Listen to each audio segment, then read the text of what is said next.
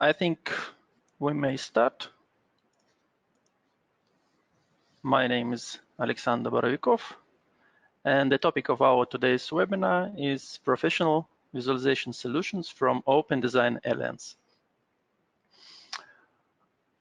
If you are familiar with solutions like Hoops or VTK or any other visualization toolkit, we would ask you to pay attention and to dedicate some minutes to our Visualize solution. It is called Visualize SDK and is a part of the technology stack that we've been developing in the recent years. It's a good addition to what we provide, and it discloses new capabilities for our existing and potential members, and we hope that you also will be able to use it for your purposes and for your goals. And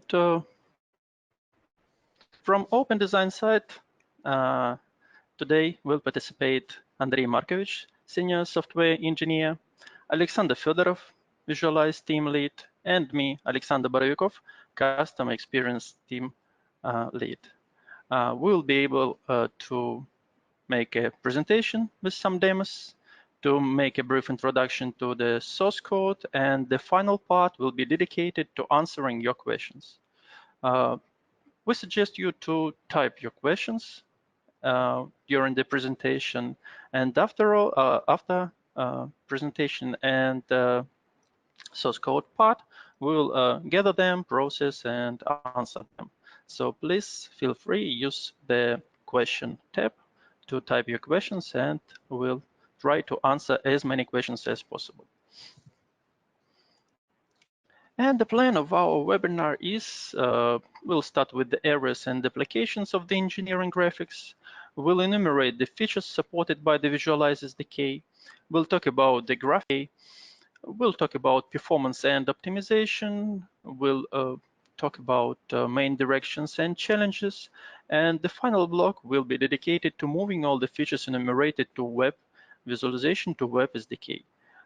In general, the main part, I mean the presentation and the source code introduction, will take about 40 minutes, and then we'll start answering your questions. Engineering graphics areas and applications. It's obvious that engineering graphics may be applied to a wide set of areas like construction, building information modeling, plant and process, finite element analysis, CFD, product design and product lifetime management, and general CAD. And developers in all those areas may benefit from Visualize SDK due to a set of features that is supported by the Visualize SDK. The key features may be divided into several groups, and the first group, we called it static group, includes two items, textures and visual styles. Textures allow us to achieve a realistic view of the model. For instance, this is a motherboard model with the textures applied to its elements, and due to the textures, we achieve quite a realistic view of the model. The next item is visual styles, and visual styles allow us to adjust the view of the model to a particular situation, to a particular area or particular purpose. For instance, having this engine, we can adjust the view of the model to one of the predefined style. For instance, it's possible to make it X-ray and see through the elements of the model, or it's possible to apply the sketchy style so the model looks like it's a hand-drawn picture, or switch back to the realistic. The next group of features, we call it interactive features, and it starts with the smooth transition. Smooth transition isn't probably a complicated, very complicated feature, so it just allows to move from position to another in a physically realistic manner. But the advantage is that with Visualize SDK, you can obtain this feature to your application almost without any efforts. The next item is markups, and it's quite a common practice that now models grow more and more complicated, and not a single developer or engineer, but a group of developers or engineers works at a particular model, and sometimes it's necessary to emphasize an element of the model, to provide a comment, and to save these markups. So later on, another developer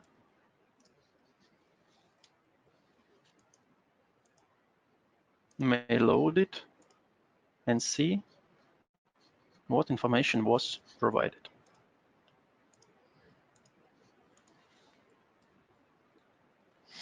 The next item is selection. It's clear that almost every modern application that provides visualization features requires selection, and with Visualize SDK it's also possible. It's possible to select a single element. It's possible to select a group of elements. It's possible to switch on the mode that highlights every element of the model, which is under the cursor.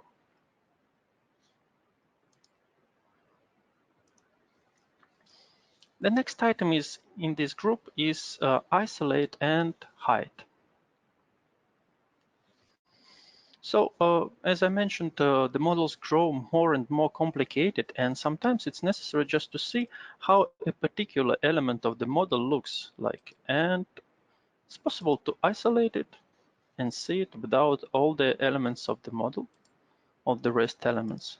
Or on the contrary, sometimes it's necessary to see how a model looks without a particular element. And it's possible just to hide it and see the model without this element. For the next two features, we will open another model. It's quite a big and interesting model. It is provided by the Autodesk company, and it's necessary to announce that Autodesk company is the creator of this model. And some of you could see this model in Revit materials, introducing Autodesk Revit. And with this model, we will illustrate the last two items, collision detection and cutting planes. Let's wait for the model to be loaded. And I think at least some of you recognize this model, but this model is provided here in an IFC format. It's a model of a hospital, and it is possible to track the collisions. So we select a particular element, we start moving it, and as soon as a collision occurs, all elements involved in this collision are highlighted. And of course, it's a good thing to use, but we understand that that may be probably not enough. And currently in progress, we have the feature of automatic calculations of all the collisions in the particular model. So I think it will be available in the nearest future. And the next item is cutting planes. So it's possible to add a cutting plane, rotate it in different directions, move it up and down, and see the model from the ground floor to the first, second, and other floors. And now let's move to the next group of features. I call this small group special features. A couple of words as an introduction first. I think you all know about the Autodesk Navisworks format. And this format allows us to have models of different formats in one view. And that was probably the only professional solution for such purpose until we introduced a similar capability in ODE Visualize. So let's open a DWG model, this one. It's an oil model. And let's append a model of another type. Let it be PRC model of an engine.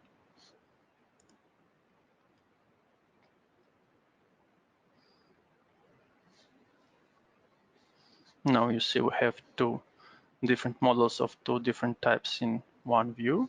And let's append our motherboard, the OBG model with the textures.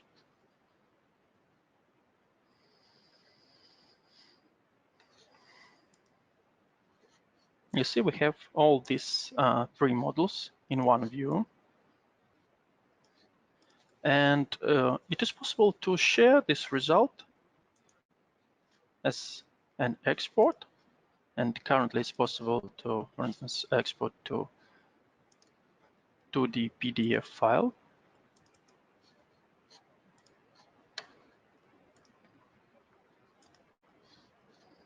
And that is the result. You can send it somebody and share the result of merging models of different types in one view.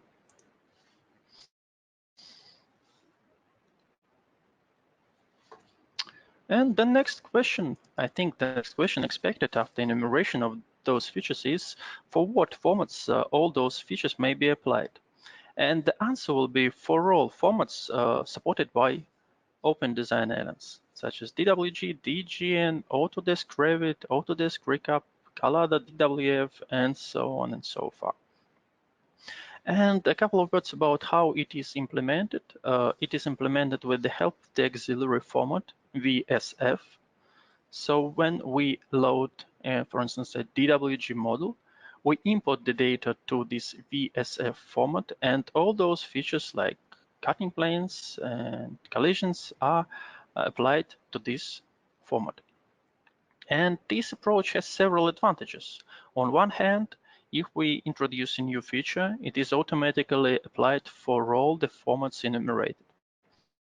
On the other hand, if it is necessary to introduce a new format and to apply all those features to this new format, to some custom format, it's necessary just to feed this format properly to Visualize API, and all the existing experience for other formats may serve as an example of how to do it properly, and automatically you get all the capabilities of Visualize SDK for your custom format.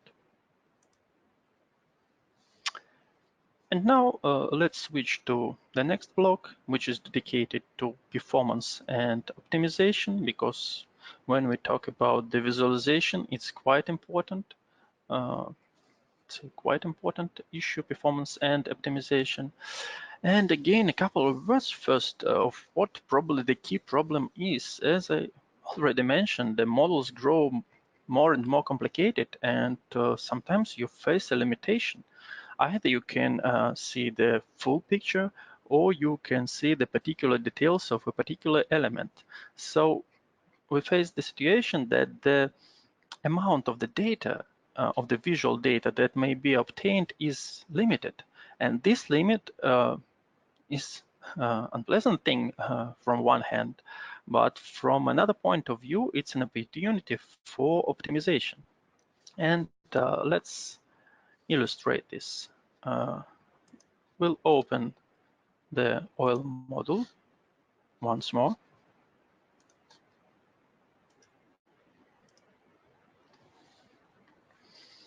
And here we see the full picture, and the full picture looks quite reasonable. But if we start zooming in,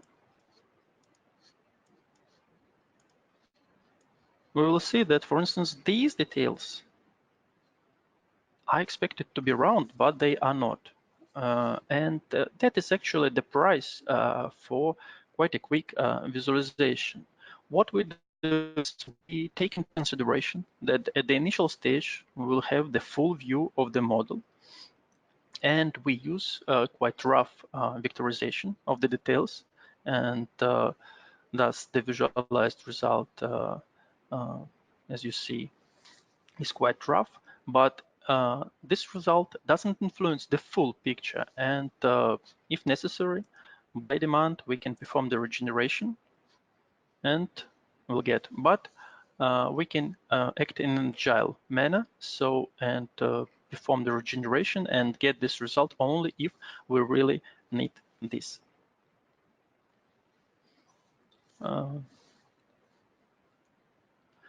The next item, I will first mention the low memory consumption item because it will take a little bit more time to illustrate this. Low memory consumption is also related to the size of the model, and sometimes probably your members reported about a similar situation. If the model is too big and the hardware isn't like modern and some up-to-date, the model being loaded occupies all the available memory, and the application either crashes or just hangs, and so you do not get the model loaded and visualized. Low memory consumption model allows us to limit the amount of memory that may be occupied by the application while loading a model. Of course, on one hand, it will increase the time required for loading the model, but on the other hand, it will guarantee that even a large and complex model will be successfully loaded and visualized. And we'll use our viewer example. I will close and restart it to get exact numbers. First, we will load a model. It will be a map. It's quite a big model. And we'll pay attention at the memory consumption. It's a big model of a big city with all the streets and buildings and so on. And as you see, the memory consumption reached 1.5 gigabytes. Quite a significant amount. And I would also ask you to pay attention to the time that was required to load, import the data, and vectorize it. A little bit more than 15 seconds. Now we'll open the same model. Let's close this one. And we'll open the same model once more, but with the memory limitation mode enabled.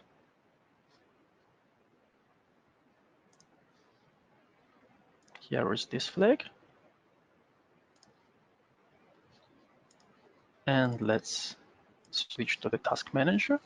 And with this flag, the memory consumption won't reach much higher than 600 megabytes.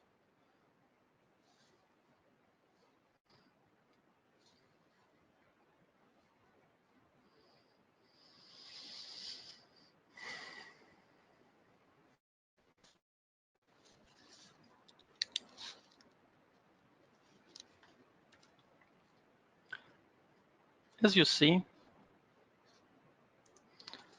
the memory amount is much less, but the total time that was required is 28.6 seconds.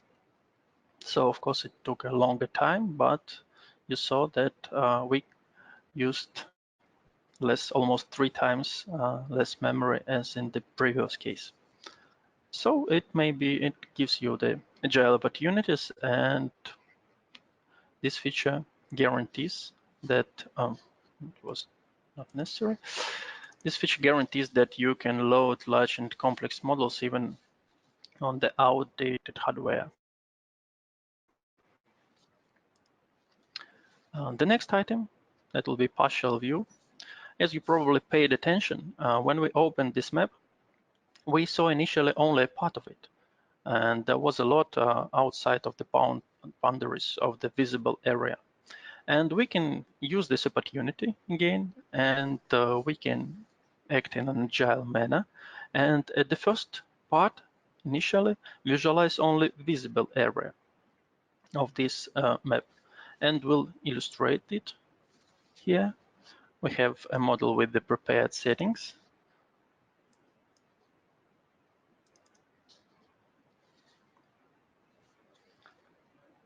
And as you see, in this case, visualized only part of the map. If you pay attention to the total time required, it is less than 2 seconds. And in the previous case, it took us more than 15 seconds to load and visualize the model. But of course, there is a price for it. And if we move, we see that outside the visible area, the elements are visualized by demand only. But if we use it for an application that helps us to search for shops or cafes in the neighborhood or something of that kind, this feature may be quite usable. And it also may be useful for mobile or tablet applications.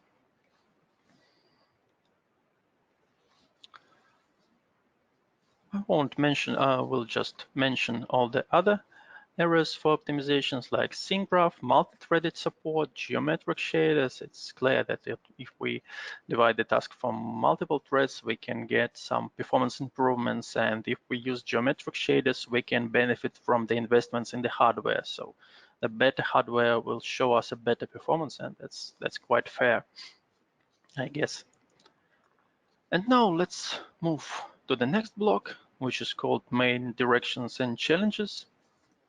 And a couple of words about the engines used. If you open the Visualize archive and pay attention to the models, you can see the set of models for working with GDI, DirectX, and so on. But currently, we chose the OpenGL ES2 model as the key one due to a set of advantages. It has a wide set of capabilities, it is cross-platform, and it fits for web visualization. So we'll have a block dedicated to web visualization. And so now, due to these capabilities, we chose it as a main one, and all the new features, all the new capabilities are illustrated basing on this engine. Talking about the main challenges, we should again repeat about the large size models, which are probably the key problem. But here we invest in the following already mentioned areas like partial view, level of details, low memory consumption, and multi-threaded support. And we invest in all those areas to provide more agile approaches for working or to increase the performance of working. And as for other new directions, we're talking about the Visualize SDK, and thus the key thing for us is new renderers. And we currently work with the Metal and DirectX. Metal because it's required by the Mac family developers, and DirectX is requested by the .NET developers, and that is especially significant because we have .NET wrappers for our Visualize SDK and a WPF viewer example available in our Visualize archive. All those features are good, of course, for desktop and useful, but it will be also good to apply all of them to web, and we try to do step by step, block by block, feature by feature. We move and port those features to web visualization, to our web SDK, and already some of the features are moved to web SDK and available, like selection, markups, isolate heights, smooth transition, visual styles, partial viewing, and they are available for you for evaluation using our viewer example, which is available on our site in the demo section. You can load your model, you can play around with the existing models, and it's possible to change the visual styles, like switching to X-ray. It's possible to see the smooth transition. It's also possible to add markups.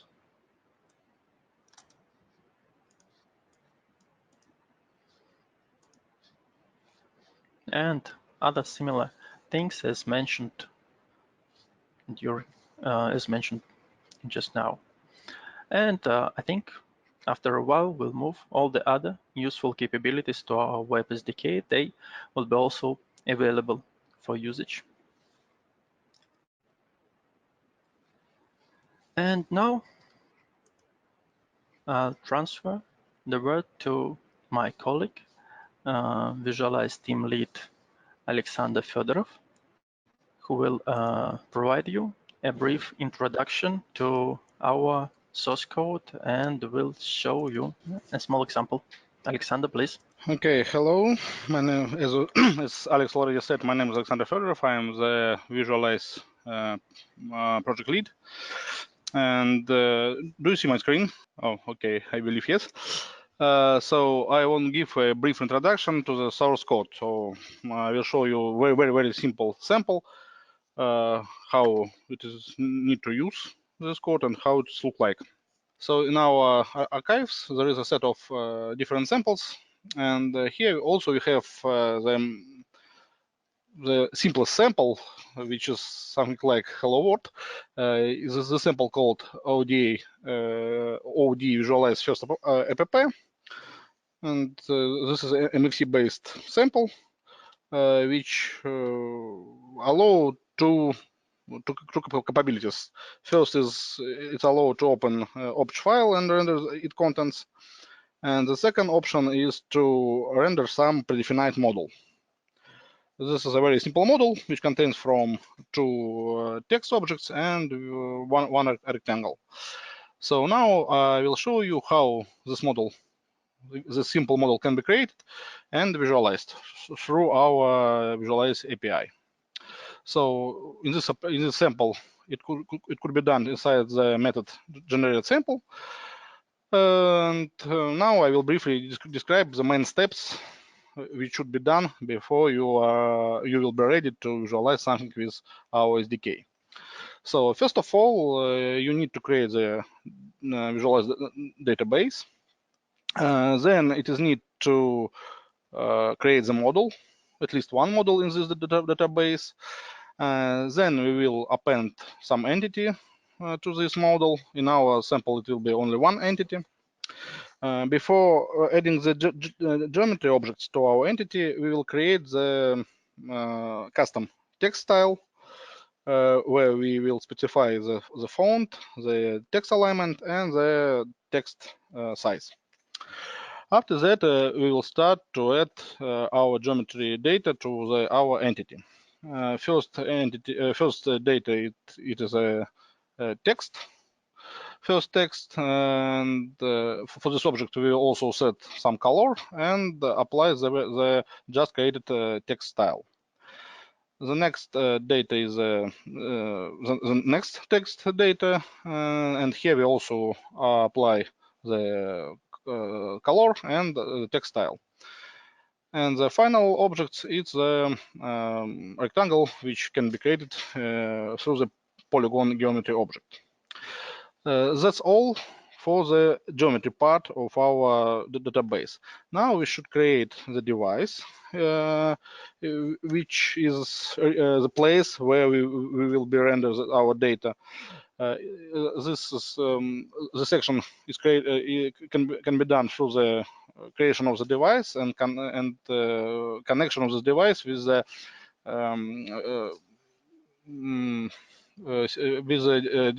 descriptor of the window. Also here we use a rectangle of this window, and we should specify the renderer types. As Alex already said, currently our main engine is OpenGL ES2, so here we also use this rendering engine. After that, the last step, we should create the view inside this device. We can speak about the view as about the camera. So that's why we should specify the main parameters like position of the camera, like target point and up vector. Then we should add the model to the view, because each view can visualize the set of model.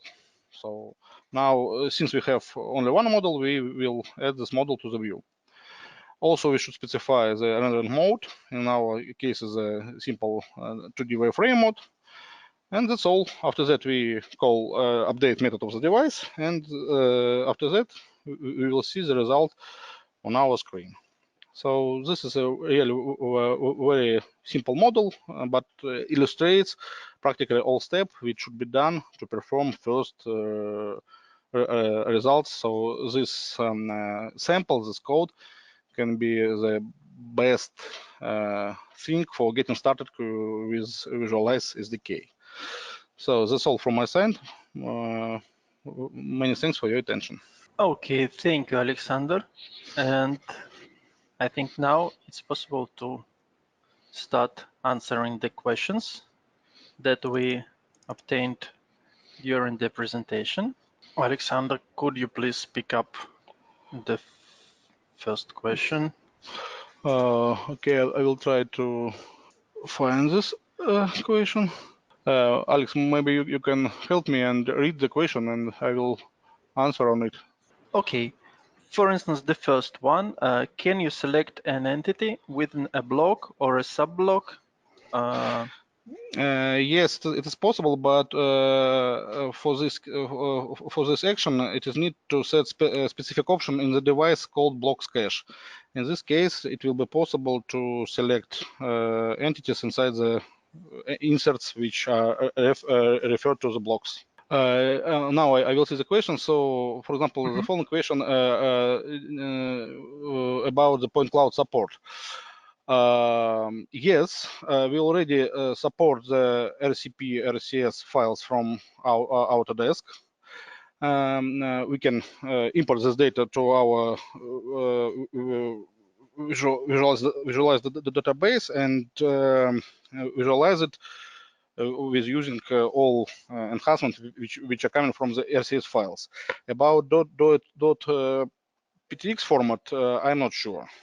But if if you will have a few requests for it, we can add such ability to our Visualize SDK. Okay, while you're picking up the next question, I saw a question, is the viewer a web application? Yes, the viewer that was shown in the last section, it's our web viewer. It's available in the demo section on our site. It's possible to log in and upload your custom model. Or, as I said, you can download our trial web SDK, install it locally. We have a video guide on our YouTube channel, and it's possible to install it and play around locally with your custom models. And one more question I see, do you have C# or JavaScript samples too? As I said, yes, during the presentation, we have C# wrappers above the C++ code. And we have a WPF viewer example in our Visualize archive. So this example is also available. It's possible to download and analyze it and play around with it. Alexander, probably you also picked up Yes, the following question which I see is about the server-based engine for web viewing IFC files. So here the situation is the following. Formally, each format which is supported in the desktop version of the Visualize will be supported in the web version, because here we use the same technique for all formats. We generate mentioned by Alex VCF file on the server side, and then translate data to the web in this format and visualize them. So if we will create VCF file from the IFC, and now we already can do it, certainly we will be able to visualize IFC files in the web. But about the details and about the time frame for this feature, it will be need to ask the Ilya Zavyalov, which is our team lead for the cloud team. But I suppose, yes, it will be available soon. The next question which I see, I suppose Andrew can help here, is about multi-sample anti-aliasing in our Visualize SDK. hello. Currently, we doesn't enable anti-aliasing in our graphic engines, but we plan to do that as experimental mode, and I think it will be available in this year. Okay, the next question which I see is about possibility and a question about need to remove models from a view in real time.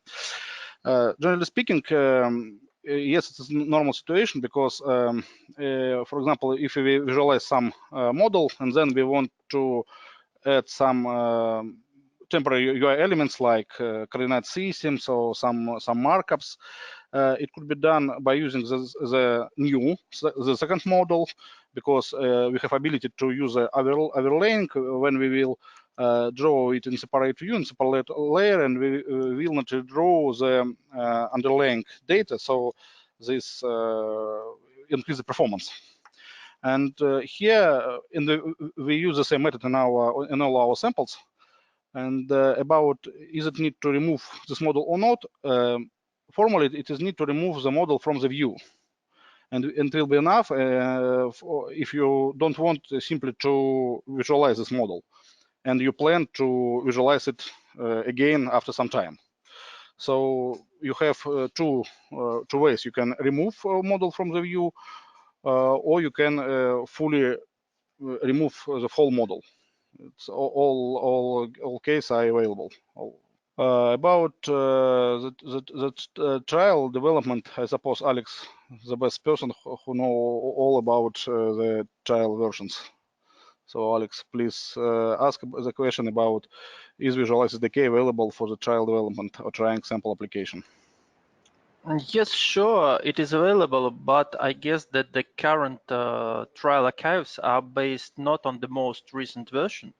At the end of June, we have the production release of the that will include all the most recent changes and improvements. And but currently, if you are an ODE member, you can, on one hand, take the intermediate. If you are not an ODE member, you can use the trials. I will double check, but probably some of the most recent features are not available in the trial archives. But yes, just apply for trial membership and let us know if you face any issues. It is Visualize SDK is a part of the basic package, so no additional steps required, neither for regular membership nor for trial membership. It's available with all the examples. The next questions which I see is about what types of files supported in the web viewer.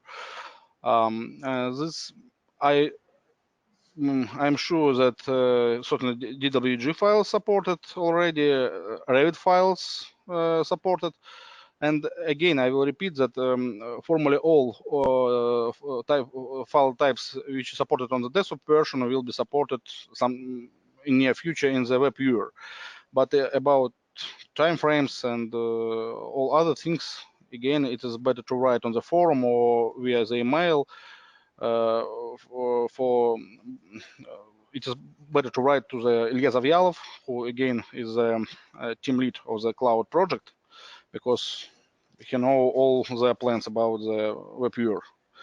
But also I at least I see if you DGN files which are also works in the web viewer. So I believe in the nearest releases, all files which are supported by our ODA products will be available in the web in our web solution. But speaking about the RVT files, so RVT and R files are quite available. So because it's quite an often question whether or not you support Autodesk Revit with web visualization, it's possible. And if you open the viewer example, you will find several RVT files in the gallery, and it's possible to visualize them and evaluate the quality of the visualization. So the next question which I saw is a question about Navisworks files. So this project, this is also one of our new projects. I mean, support the Navisworks files. So it's currently under very hardware intensive implementation. I don't know all details because I heard that there is a few types of files from Navisworks, NWF and NWD. I don't know all details, but as I know, all these files should be supported. And so if there is some issues, it's a good idea to create task on the Jira or ask something at the forum. And if it is a bug, it will be certainly fixed in the nearest future. Next question which I see is, can you search for clashes like the Navisworks functionality? Here it will be good if it will be some additional details, because personally I never work in Navisworks. So if you will add some details, I will answer on this question. But if you mean that, I heard that Navisworks can find clashes between two groups of objects. So you can specify one group of objects and the second group of objects. For example, you can specify electrical equipment and, I don't know, something which is connected with water. And you will try to find the clashes between these two groups of objects. Yes, our API can solve this task, but grouping of objects will be the task of the user application. So our interface has some methods which allow you to find clashes between two groups of objects, but these groups should be formed on the application side. Next question, is it possible to highlight specific elements in Revit model based on parameters? Again, our Visualize API, the kernel of our Visualize API is general purpose rendering engine. So we are inside us, we are not have something specific for the concrete database. Only our extensions like import model knows nothing about the Revit model. So in our API, there is a set of methods which allow you to highlight something in our model. So if your application can arrange objects in Revit model over parameters, and you have connection between Revit objects and Visualize SDK objects, yes, it will be possible.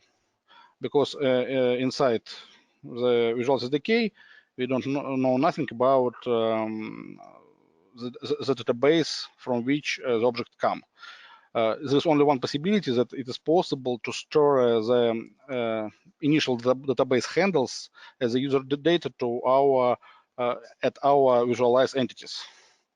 But it's for Visualize SDK, it's only number. We don't know nothing about the some specifics about the models from where it come. I saw a question about the browsers supported, so I believe we support almost all the browsers available. At least I've preparing this webinar, reviewed Edge and Chrome, and in both. Also, I see some question. I just wanted to mention the question raised about the browsers, and I would like to say that all browsers are supported. And if there are any issues, if you face any issues, please report. But our Cloud Viewer example, as I said, which is available, I've reviewed it just a couple of minutes before the webinar, and for Chrome, for Edge, it worked without any problems. I saw another question about if I'm sustaining member, can I download the BIM SDK? As I know, our BIM solution is working under the special interesting group. So you should be not only member of the ODA in general, but you also should be a member of the SIG BIM. In this case, BIM SDK will be available. But you can, I apologize for interrupting, Alexander, but you can always apply for the trial version get it, evaluate it, and get at least the initial results with the trial version without any problems. But to get the regular subscription, yes, it's necessary to apply for additional license of being a special interest group member. Okay, the next question which I see is about the hoops and possibility to read hoops stream formats files. Currently, we have no plan to add such functionality. Also, I'm not sure is this format open or not, but we will think about it if it will be significant interest to this functionality. So the next questions which I see about query about properties from the original file. Currently, the entire ODA group are working for the feature which calls Noncom properties. This is a very common mechanism which allow to have access to the properties from the different databases. So, and we will test, currently we are working on it, and now we are test this functionality exactly in our Visualize samples. So we are import data, for example, from DWG file or from Revit file.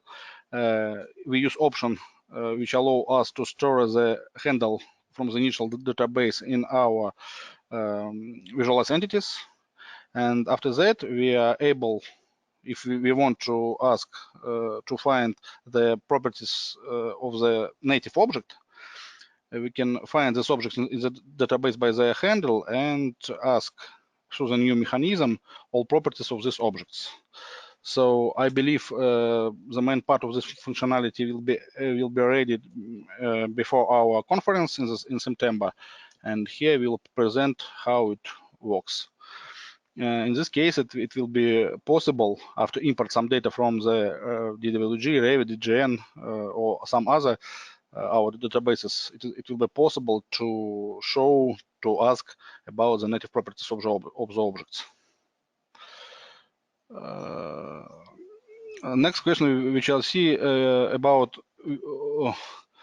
meshes or solids objects will be in the viewer. So in many cases, it will be meshes, but we add specific options only for the import from the DWG, which allow us to import data is the BREPs, I mean as solids.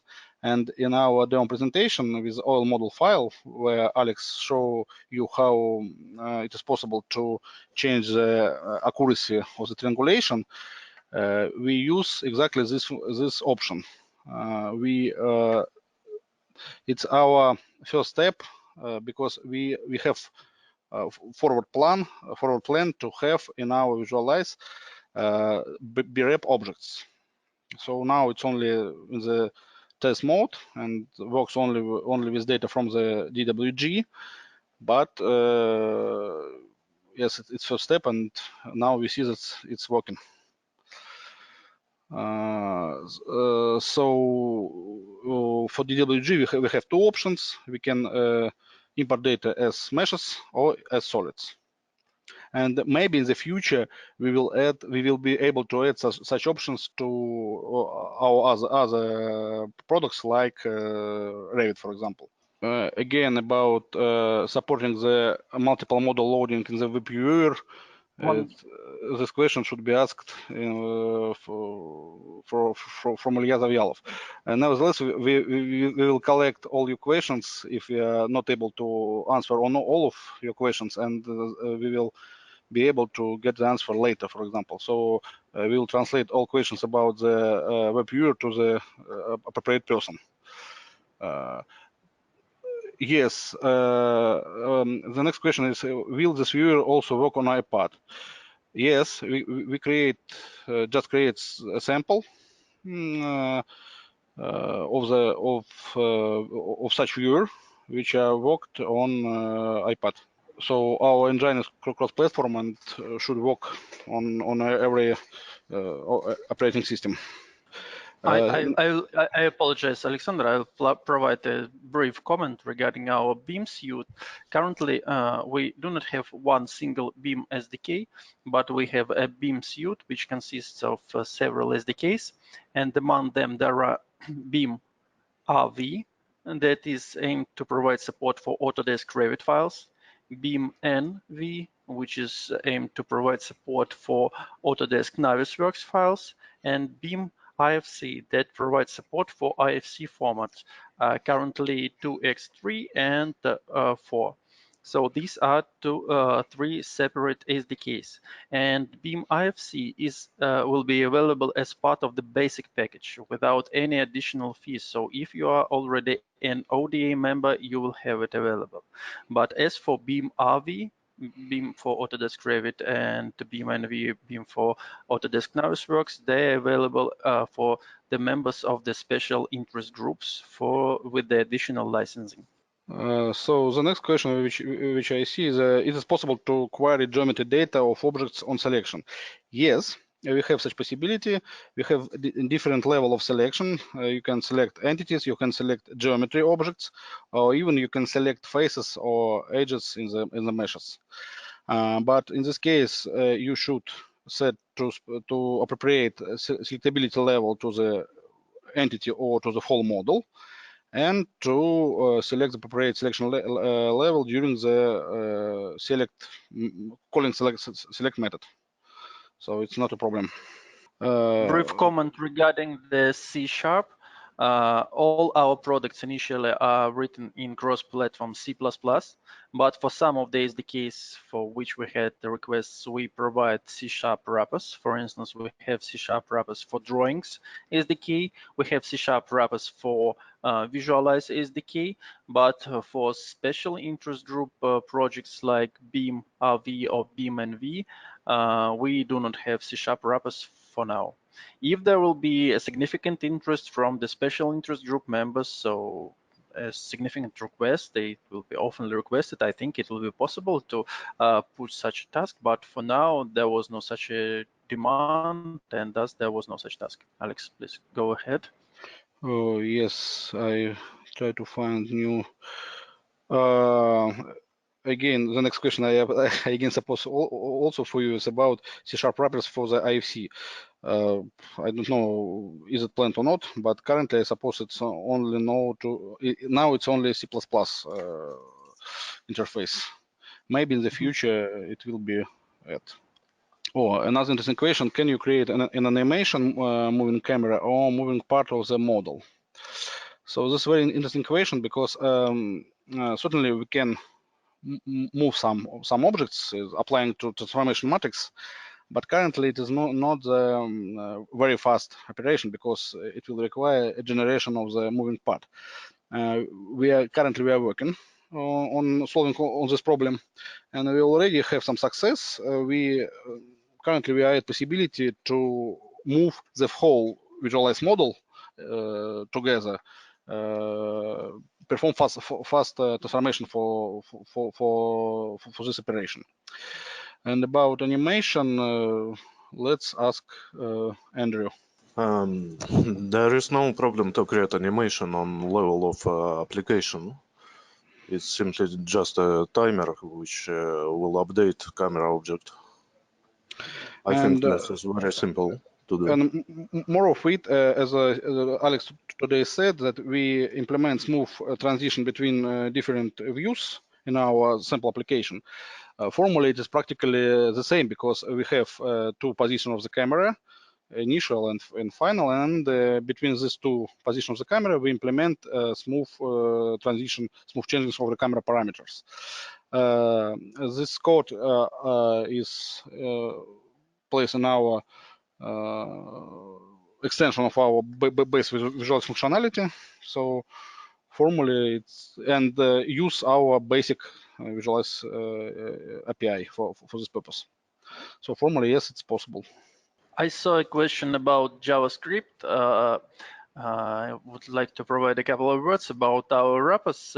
They are generated with an auxiliary tool that is called Swig, and it is declared that it's possible to generate wrappers not C# or Java wrappers, but it's possible to generate also JavaScript and Python, for instance, wrappers. So as usually, we're a member-driven company, and if there will be a significant interest and significant demand for wrappers, for instance, for Python or JavaScript, it will be possible to start this task and implement it for a particular SDK or for several SDKs. But for now, there was an interest from C# developers, and thus we provided C# wrappers for the requested SDKs. And also there was lower interest, but for Java wrappers, and thus for Java, we already provided Java wrappers. If there will be an interest, I think it will be possible to set up this task and start implementing this. Theoretically, it's possible, but for now, there is no ready-to-use implementation. The next question which I see is about are there some kind of events or signals to the graphics and the user interface? For me, it's an interesting question because formally application drives the process. So when you pick, for example, some graphics, you will call method from our API which calls select. This method return you the selection set, which contains all objects which was selected, because it can be picking or it can be selection by rectangle or by region and so on. And after that, application will think what to do with it.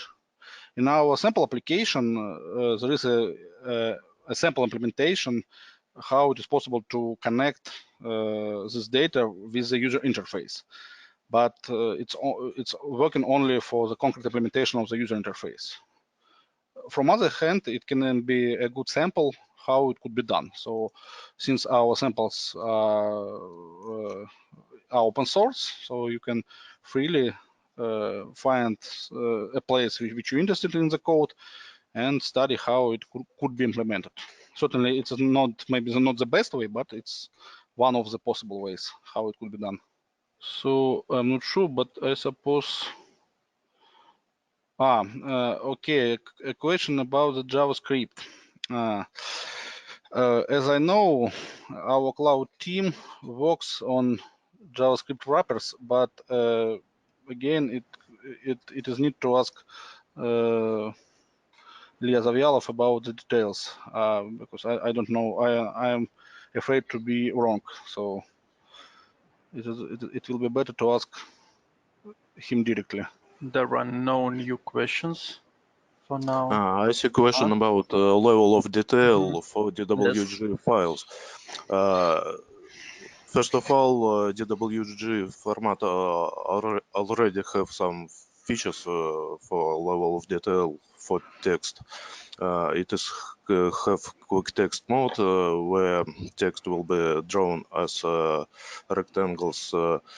We also have quality of text tessellation,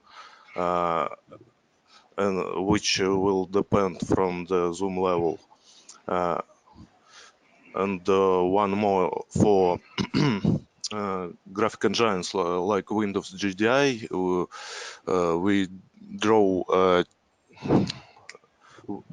very zoomed text as rectangles, but for engines like OpenGL or DirectX, which is hardware optimized, there is no necessity to draw vectorized text as rectangles, because millions of simple triangles will be rendered very fast. So we have many modes to optimize text rendering for different modes. Oh, I also see one question which we forgot. It's about do we plan to add support for smart plant or IDGen files?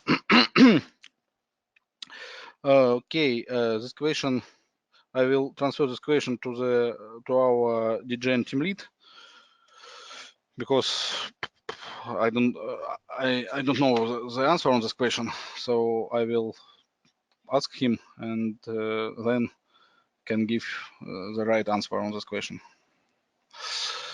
So now I don't see any new question. Okay, I see new questions about VR and about alpha texture mapping. So about alpha texture mapping again, Andrew will give the answer. Yes, we have opacity mapping in current version. And the next question about VR.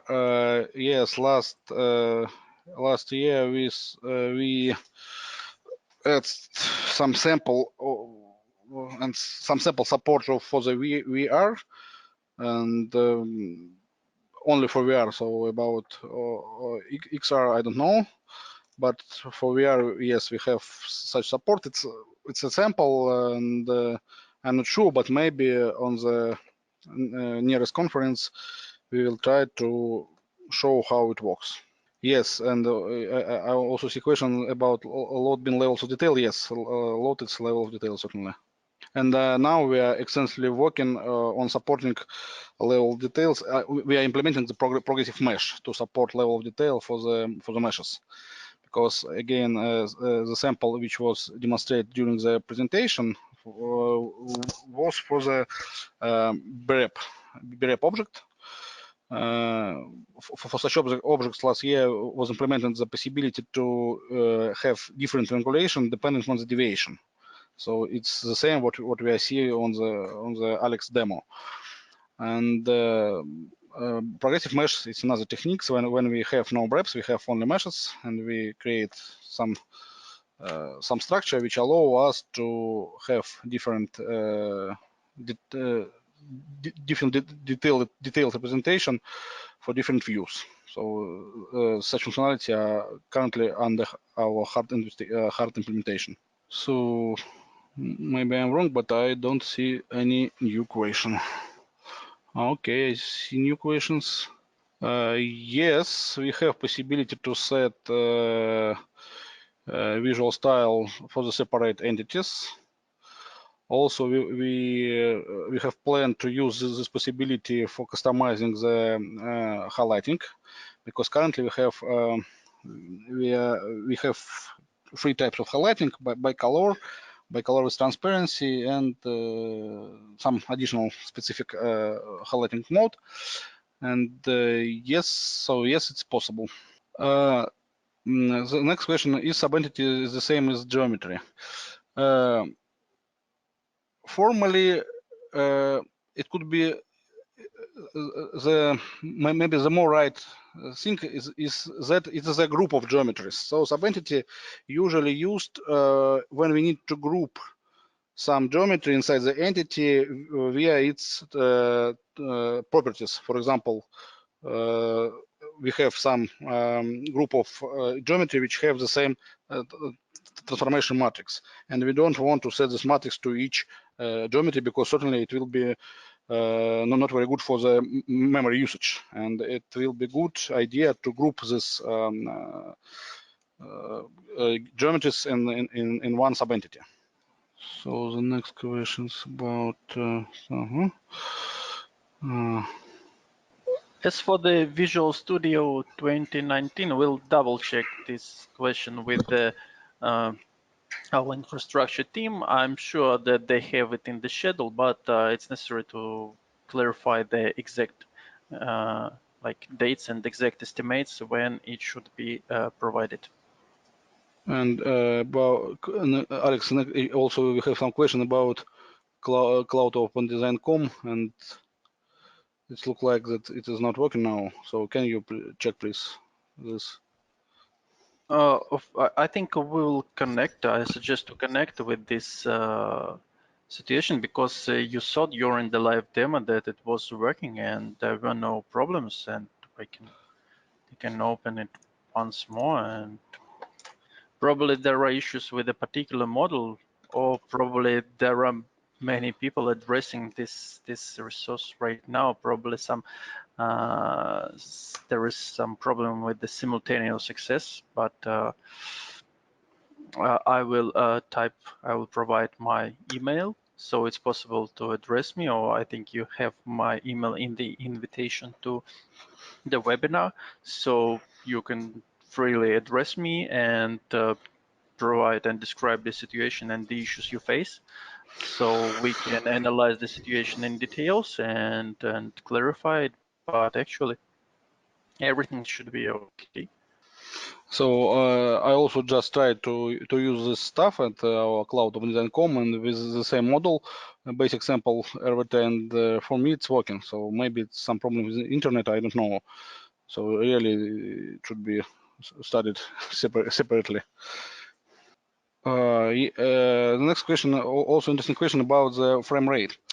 Yes, we have such functionality, but it works with a very similar, very simple way. So during the rendering, we are checking about how much time we spent already, and if we spend some, if our spending time is more than our target, we stop rendering process, and you will see only those geometry which will have time to be visualized. But here we have something. This works only for the objects. So in the case, if, for example, you have one insert for all model, or you have one very big entity, in this case, this functionality wasn't so good because we cannot stop the rendering process if we are for the concrete entity if we already started. So if you have, for example, 1 million of small entities, yes, such functionality will work very good without any problems. But if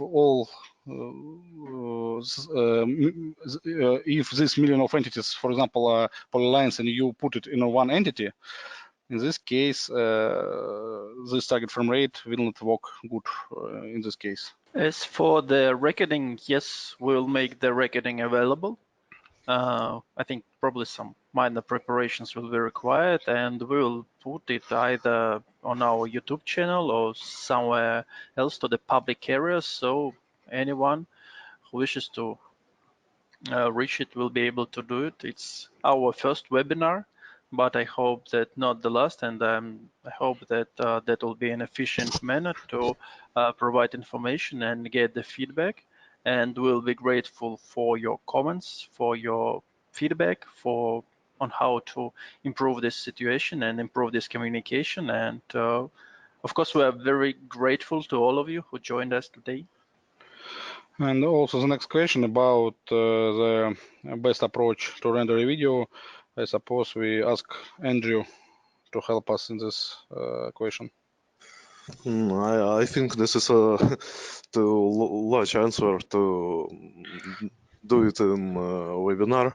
I think it's better to speak about separately in email.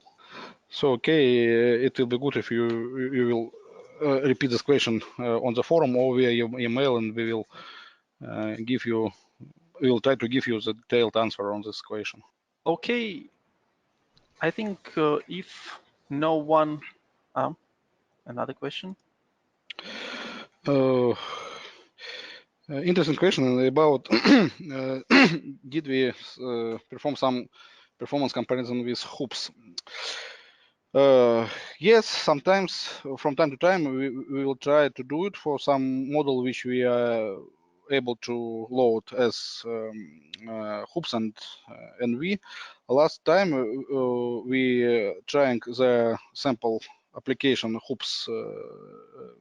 I suppose it calls hoops Visualize, and we will compare the performance on the model which was in our today's presentation, on the model from the IFC file on the hospital model, and we do the comparison on the not too modern machine, because on the modern machines, this in both cases the performance is about 60 frame per second, and it's equal. It is not interesting to compare. We have some not so modern machine, and on this machine the performance was more or less equal, at least for this model. The problem is that sometimes we are not able to load some interesting, for example, OBJ file with to hoops visualize application, since sometimes it crashes because it is not the latest version. It's last version from the previous year, so maybe they fix it. But yes, we try to do such comparison, and at least in our opinion, we are more or less equal on the model which we test.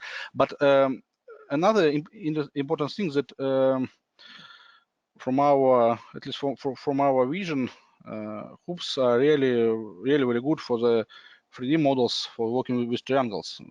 I don't know, because sometimes ago we are trying to load, for example, Moscow map DWG file to the to the hoops, because this file contains of huge amount of lines and polylines, and it was interesting how hoops can work with this data, but unfortunately we hadn't success with loading of such file to the hoops, and we can't to compare it. But on the 3D solid models, our performance are more or less the same, at least in our opinion. Okay, the next question is about limits of the DirectX 12 and OpenGL ES2. The main difference that first of all we should say that DirectX 12, it's only our future plan. So currently we are hardly working about on the metal renderer, and our next task was DirectX 12 renderer. The main difference that OpenGL ES2 can be used everywhere, while DirectX 12 can be used only on the Windows platforms. So this is maybe the main difference. Maybe there is some other things. Andrew, can you add something here? DirectX is more modern than OpenGL, so we're expecting that it will give more performance for rendering when it will be developed. I don't think that modern API have some limits with earlier API. Well, by and by people are leaving us. No, not all. Let's go. Okay, the question about our samples, difference between orbit in view and extended view. So what is extended view? Extended view is some extension of the basic TV view, and extended view supports smooth transition between two positions of the camera.